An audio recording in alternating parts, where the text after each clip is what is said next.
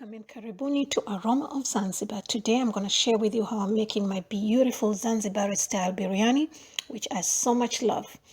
Okay, I've got quite a number of ingredients here for my marination, which is a very important part of this biryani. So we've got some red onions here, some yogurt, and tomato paste, crushed tomatoes. You can use fresh tomatoes if you want. And I also have some mint and cilantro, dhania, kothmir, and fresh ginger garlic, and peppers, my homemade masala for biryani. Okay, now I'm going to start with the onions. Now with the onions, I like mine very thin sliced, like this. Okay, they don't have to be round, but I like them like this because they fry easily and I get into the texture that I'm looking for. Okay, so I'm going to start frying my onions, and I'm basically looking for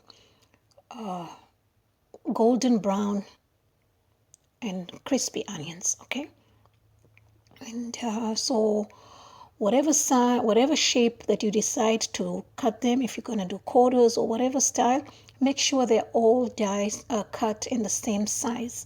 Okay, because you want your onions to cook evenly.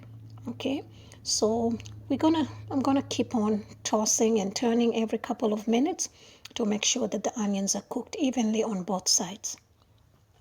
Okay, now make sure that your onions are not overcooked. I mean, they're not dark brown or burnt, because it's going to affect the whole flavor of your biryani as well as the color. And when you reach this stage, you literally want to babysit these, because they would become dark so fast. Like mine here, I got overcarried and I almost lost it. Now you see these pieces, these were big, so they're not cooked evenly like the rest of the onions. But I'm going to take everything out now and put it in a paper towel. Let it cool. Okay, so I'm going to divide this into two portions. The little portion is going to be for my garnishing. Okay, so these are nice and crispy, and I'm just going to cover them like this and crush them with a paper towel. You can put them in a food processor if you want, but I prefer to do them like this. Okay, and so today I'm making chicken biryani. Actually, I have not made a chicken biryani for almost, I think, 2 years. I always make meat, mutton, or lamb biryani. Okay, and I'm using leg and thigh here. You can use full chicken because I like the pieces of the biryani to be big, so I like to use the leg and thigh. Okay, and I'm putting the rest on the ingredients.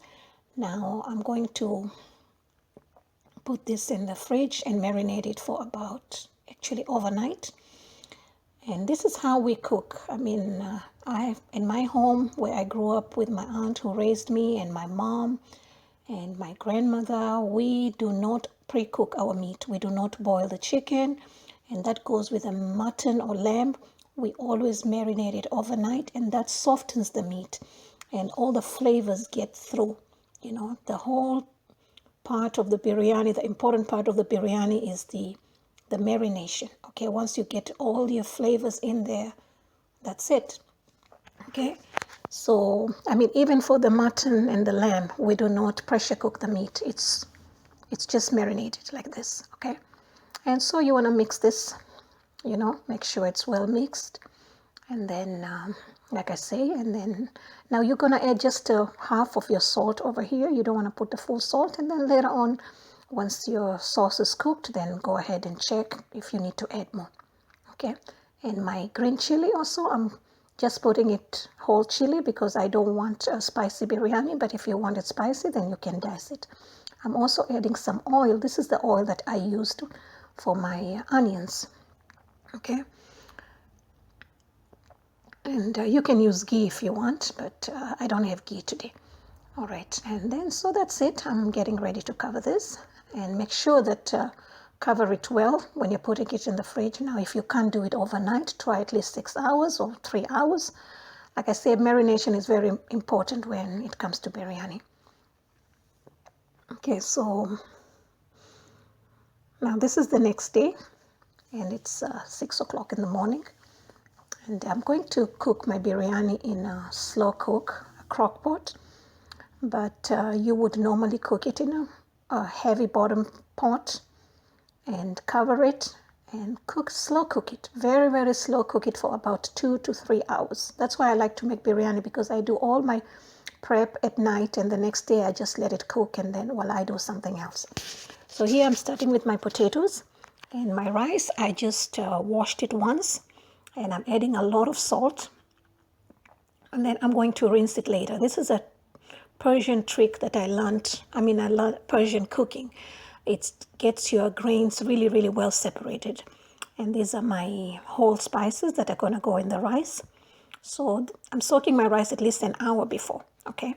So now is saffron. It's also another trick that I learned, that saffron, you make it into a powder and you get the maximum out of the saffron. Okay, so but I like to soak mine in rose water. These are the few things that I've changed over, the years after I grew up and, added to my recipe. Okay, and I was not given a recipe. I've just watched. I hung around with people who cooked. I was never given a recipe or asked cook like this or cook like that. I just hung around with people who cook. Okay, so I added my potatoes 10 minutes before, and now my sauce is ready, and you can see that the oil has separated, so you know that your sauce is ready. So now I'm going to remove the sauce from the in this case you would do is the pot that you used, because we're going to use the same pot to cook the rice. We are not going to rinse the pot. So you're just going to add water to it because that has a lot of flavors. But in my case, since I used a crock pot, I'm going to use the water to rinse, but I'm trying to get the maximum out of whatever sauce that's in there in the pot. And then I'm going to put it in a separate pot to cook my rice. Because like I said, this is a lot of flavors that we don't want to waste. And I'm adding my whole spices. And some rose water. I love rose water in the biryani. It smells, your food really smells amazing.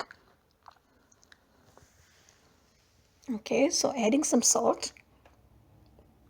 So now on my sauce, what you see here, what I'm trying to do is, I'm trying to get out the grease here. And I'm going to use this grease for my rice. This is what's going to give my rice orange color. I do not recall us using any food coloring in the biryani. Okay, so now it's been an hour, and I washed my rice and rinsed it twice to remove all the salt that I used while soaking. Okay, and I'm going to cook my rice for about, in about 70%. You don't want to overcook it. Okay, this is just perfectly all right. And drain the water. Okay, and this is a time I used to pick out all the whole spices, because they give a lot of flavors. But when I am busy eating my biryani, I do not like to bite into any of those. Okay, so now I'm using the aluminum foil here. You can use your serving dish. I do not have a big serving dish for this amount of rice. Or you can use the same pot that you cook the rice. But when you're using the pot, you would put extra rice at the bottom, or maybe you divide yours into half and half. Okay, because I'll tell you. Okay, so now this is the oil. Now you see the oil is what's going to give my rice orange color.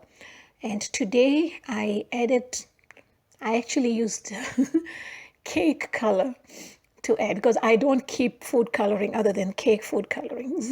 Cake colors that I use for my cakes, for my icings. Because I forgot to put the, the saffron in the sauce. When I add the saffron in the sauce, my oil is orange. The mix of saffron and the tomatoes gives my oil orange. Okay, now, so when I'm layering my biryani, make sure when you put the meat, do not take a lot of sauce with it. Because what's going to happen is, and if you put a thin layer of rice, all that's going to disappear within your meats and your sauces. Okay, so try not to put a lot of sauce, just the meats and the potatoes. Okay, and then add the rest of the rice.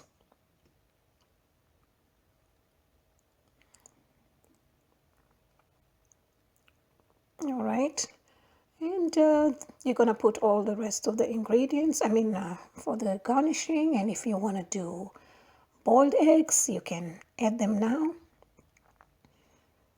And now this is the saffron, the mixture of rose water and saffron.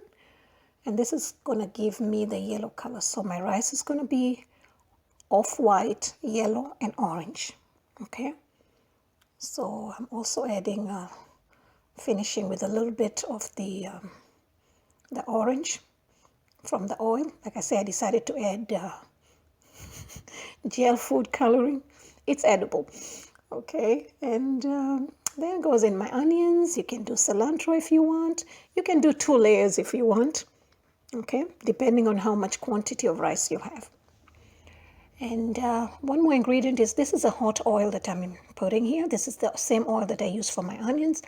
But if you have ghee, this will take your dish to the next level. All right. Yeah, that's about it. And then I'm going to cover this and put it in the oven for 30 minutes in about, 300, 350. And if you want to keep it longer, then just reduce the heat. Make sure it doesn't get burnt at the bottom.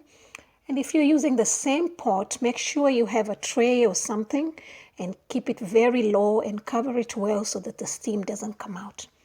Okay. So now my biryani is done and it's beautiful and it smells great. I normally don't serve like this, but since I'm making a video, I had to show you guys. Okay. So, and I have got, if you can see on the corner there on the right hand side, I've got the sauce, the extra sauce that I have. So you can serve it on the top. But if you don't, the biryani is moist enough and it's got enough sauce from the meat. You don't really need extra sauce. But if you want, go ahead and do it. So this is it. And thank you so much. And for more recipes, please visit me at Aroma of Zanzibar.